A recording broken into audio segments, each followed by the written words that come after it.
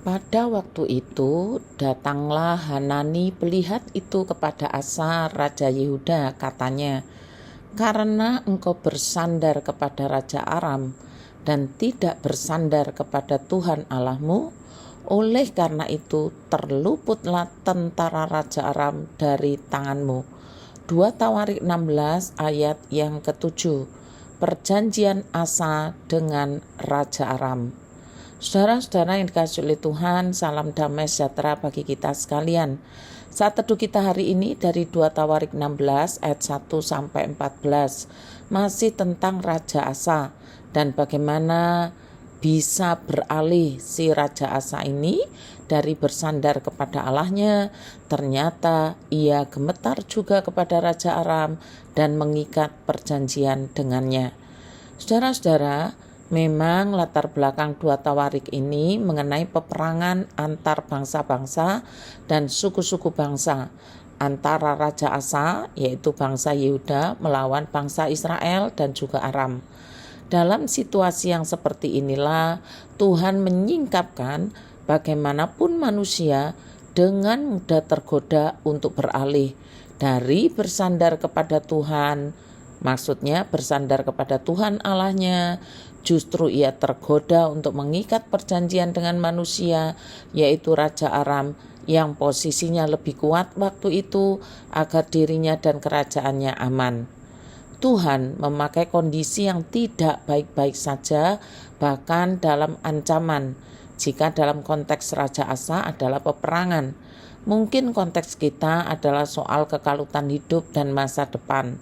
Sebagai alat untuk menguji diri kita sendiri, apakah sebenarnya iman percaya kita itu kokoh kepada Tuhan Allah, atau sebenarnya ternyata gampang sekali kita berpindah haluan karena persoalan-persoalan, karena kekalutan, dan karena tidak jelas apa yang terjadi di masa depan.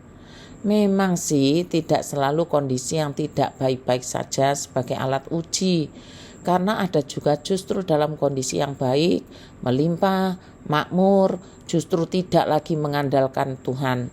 Tiap-tiap orang punya akar persoalannya sendiri-sendiri, dan Tuhan sangat tahu dalam keadaan yang bagaimanakah sebenarnya kita itu mudah berpaling atau beralih ke bersandaran kita. Yang pasti kondisi yang ekstrim, kondisi yang terlalu baik dan menyenangkan, atau juga kondisi yang terlalu menegangkan. Kedua-duanya bisa Tuhan pakai untuk menguji kita, apakah kita bersandar kepadanya atau malah cepat berpaling. Dalam perikop ini mengenai Raja Asa, Tuhan memberinya kondisi dalam peperangan, kondisi yang pasti terjadi kekacauan dan kekalutan. Logika dan strategi mulai dijalankan. Siapa lawan yang kuat? Ia akan didekati dengan cara mengikat perjanjian dan membawa upeti yang sepadan dengan perjanjian itu. Itulah yang dilakukan Asa. Namun di mata Tuhan, justru perbuatan Asa dinilai sebagai tidak bersandar kepada Tuhan lagi. Katanya begini, "Karena engkau bersandar kepada Raja Aram dan tidak bersandar kepada Tuhan Allahmu, oleh karena itu terluputlah tentara Raja Aram dari tanganmu." Artinya, karena engkau bersandar kepada Raja Syria dan bukan kepada Tuhan Allahmu, maka hilanglah kesempatanmu untuk mengalahkan tentara Raja Israel. Kok bisa Tuhan menilai demikian? Bukankah hal mengikat perjanjian dengan raja yang lebih kuat sudah lazim dilakukan oleh bangsa-bangsa lain? Bukankah dengan membawa persembahan sebagai upeti karena telah mengikat perjanjian sudah lazim pada zaman itu? Mengapa justru Tuhan menilai bahwa Asa tidak lagi bersandar kepada Tuhan? Mengapa coba?